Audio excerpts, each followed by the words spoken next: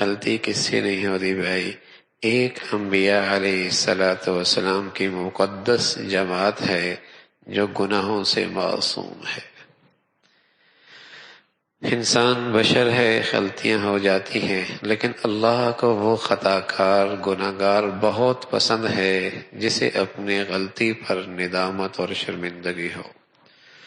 رسول اللہ صلی اللہ علیہ وسلم فرمایا کرتے تھے کہ توبہ کس کا نام ہے؟ سچی ندامت، شرمندگی۔ اور فرمایا جس نے توبہ کر لی وہ ایسا ہے جس نے گناہ کیا ہی کوئی نہیں۔ التائب من الذنب کمن لا ذنب لہ۔ اور بہترین خطا کار وہ ہے، بہترین خطا کار وہ ہے جو اپنی خطا پہ ندامت اور شرمندگی اختیار کرے۔ تو غلطی ہو جاتی ہے لیکن سچی توبہ، اس پر ندامت، یہ بڑی مبارک دولت ہے۔ آپ علیہ الصلوۃ والسلام فرمانے لگے کسی شخص سے کوئی غلطی ہو جائے اور پھر اس پہ ندامت اور شرمندگی ہو اور اس کے آنکھوں سے آنسو جھلک کے اس کے چہرے پہ پڑ جائے، اللہ اس چہرے کو جہنم پہ حرام کر دیتے ہیں۔ اور وہ آنسو جو ندامت سے نکلا ہو، اللہ کے ہاں اس کی قیمت بہت ہے، اس پہ قیمت بہت ہے۔ اس لیے کوئی کتنا ہی بڑا گناہگار ہو لیکن اسے حقیر نہ دیکھو، پتہ نہیں کس وقت اس کا ندامت کا آنسو نکل آئے اور کس وقت اسے اپنی خطا پہ شرمندگی ہو جائے، پتہ نہیں کہاں سے کہاں پہنچ جائے۔ اور یہ ایسا مبارک راستہ ہے اس امت کے لیے اللہ کی رحمت کا، جب چاہے توبہ کر سکتے، جب چاہے توبہ کر سکتے۔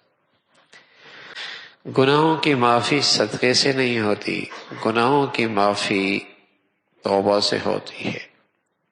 لیکن توبہ کے باوجود بھی کچھ ظلمت، کچھ کدورت رہ جاتی ہے، اگرچہ اس پر پکڑ نہیں ہے لیکن اندیشہ ہے یہ ظلمت اور کدورت کسی گناہ کا ذریعہ نہ بن جائے، تو فرمایا صدقہ لے لیجئے تاکہ ظلمت کا نشان ہی مٹ جائے، اس کدورت اور سیاہی کے اثرات ہی نہ رہیں۔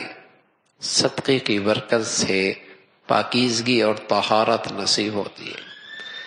ہاتھ دھو لیے، صاف تو ہو گئے، صابن لگا لیا، جو تھوڑی بہت بو آ بھی رہی ہے وہ بھی ختم ہو جائے گی، بلکہ خوشبو محسوس ہونے لگ جائے گی۔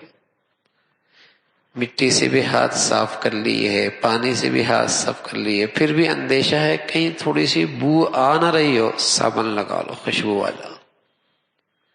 اب خوشبو آ رہی ہے، توبہ سے گناہ معاف ہو گیا، صدقہ بھی دے دو تاکہ وہ کدورت، وہ ظلمت کا نشان ہی نہ رہے، پاکیزگی اور طہارت نصیب ہو جائے۔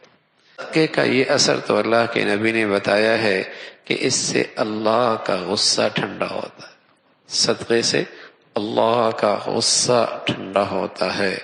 تو غلطی ہو جائے، توبہ بھی ہو، کچھ صدقہ خیرات بھی ہو جائے تاکہ اس کے ریئیکشن سے اور اس کے اثرات سے محفوظ رہیں۔ اللہ عمل کی توفیق نصیب فرمائے۔